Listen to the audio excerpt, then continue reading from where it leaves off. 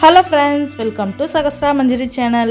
இன்றைக்கி என்ன செய்ய போகிறோன்னா மஷ்ரூம் வச்சு மஷ்ரூம் பிரியாணி தான் செய்ய போகிறோம். ரொம்ப சூப்பரான டேஸ்ட்டில் வீட்டில் நம்ம நார்மலாக சாப்பாடு செய்கிற அரிசியை வச்சு பலன்னு செய்யலாம். வாங்க, அடுப்பு மேலே ஒரு கடாயை வச்சுக்கலாம். இன்றைக்கி நான் பாத்திரத்தில் செய்யலை, கடாயில் தான் செய்ய போகிறேன். இதில் உதிரியாக ஒட்டாமல் குழையாமல் எப்படி வருதுன்னு பார்க்கலாம். வாங்க, முதல்ல அடுப்பு மேலே ஒரு கடாயை வச்சுக்கலாம். கடாயில் எண்ணெய் விட்டுக்கலாங்க. எண்ணெய் கொஞ்சம் நெய் கொஞ்சம் விட்டுக்கலாம். நான் எண்ணெய் வரைக்கும் விட்டுக்கிறேன். எண்ணெய் காஞ்சதும் நம்ம இந்த மசாலாலாம் சேர்த்துக்கலாம். பட்டை, லவங்கம், ஏலக்காய், பிரியாணி இலை இதெல்லாம் சேர்த்து நல்லா வதக்கி விட்டதும் 2 வெங்காயம் கட் பண்ணி சேர்த்துக்கலாம். ஒரு பச்சை மிளகாய் சேர்த்து வதக்கி விட்டுக்கலாம். 2 டேபிள் ஸ்பூன் இஞ்சி பூண்டு பேஸ்ட்டு போட்டு நல்லா வதங்கந்தோம்.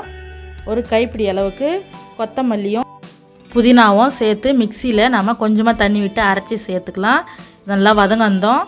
கட் பண்ணி வச்ச 2 பழுத்த தக்காளியை பார்த்து கட் பண்ணி சேர்த்து நல்லா வதக்கி விட்டுக்கலாம். கொஞ்ச நேரம் தக்காளி நல்லா மசிஞ்சு வதங்கி வரட்டும். இந்த அளவுக்கு நல்லா வதங்கி வந்ததும் 1/4 டீஸ்பூன் போல் மஞ்சள் தூளும் 2 ஸ்பூன் போல் கரம் மசாலா சேர்த்துக்கலாம். காரத்துக்கு ஏற்ப மிளகாத்தூள் சேர்த்துக்கலாம். ஒரு 2 டேபிள் ஸ்பூன் அளவுக்கு மிளகாத்தூள் சேர்த்துக்கிறேன். சேர்த்துட்டு நல்லா மிக்ஸ் பண்ணி விட்டுக்கலாம். கொஞ்சமாக உப்பு சேர்த்து மிக்ஸ் பண்ணி விட்டுக்கலாம். இந்த அளவுக்கு நல்லா மிக்ஸ் பண்ணி விட்டதும் இப்போ நம்ம இதில் கொஞ்சமாக தயிர் சேர்த்துக்கலாம். ஒரு 2 டேபிள் ஸ்பூன் அளவுக்கு கெட்டியான தயிர் சேர்த்துக்கிறேன். சேர்த்துட்டு நல்லா மிக்ஸ் பண்ணி விட்டுக்கலாம். இப்போது நாம் கட் பண்ணி வச்ச மஷ்ரூமை சேர்த்துக்கலாம்.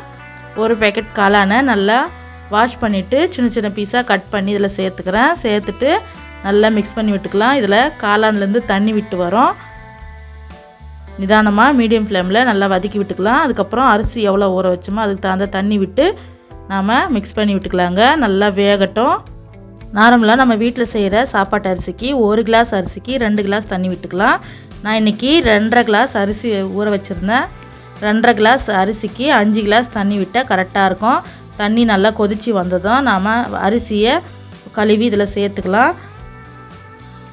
அரிசி கழுவி சேர்த்துட்டு நல்லா மிக்ஸ் பண்ணி விட்டுட்டு ஒரு பிளேட் போட்டு நல்லா மூடி வச்சா அடுப்பை மீடியம் ஃப்ளேமில் வச்சுடுங்க. அதுக்கப்புறம் கொஞ்ச நேரத்தில் நமக்கு பிரியாணி ரெடி ஆகிடும். தண்ணியெல்லாம் ஃபுல்லாக ட்ரை ஆனதும் ஒரு பிளேட் போட்டு தம் போட்டு வச்சிடலாம். 15 நிமிஷம் டிஸ்டர்ப் பண்ணாமல் அப்படியே விட்டுடலாம். அதுக்கப்புறமா சூப்பராக உதிரியாக சாப்பாடு ரெடி ஆகிடும்.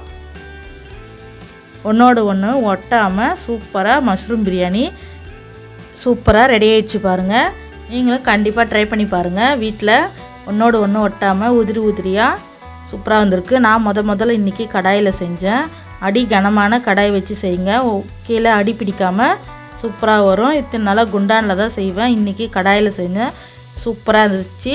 நீங்களும் கண்டிப்பாக ட்ரை பண்ணி பாருங்கள். டேஸ்ட்டு சூப்பராக வரும். இந்த ரெசிபி பிடிச்சிருந்தா சகஸ்ரா மஞ்சரி சேனலை சப்ஸ்கிரைப் பண்ணிக்கோங்க மறக்காமல். அடுத்த வீடியோவில் சந்திக்கிறேன். அது வரைக்கும் டாட்டா.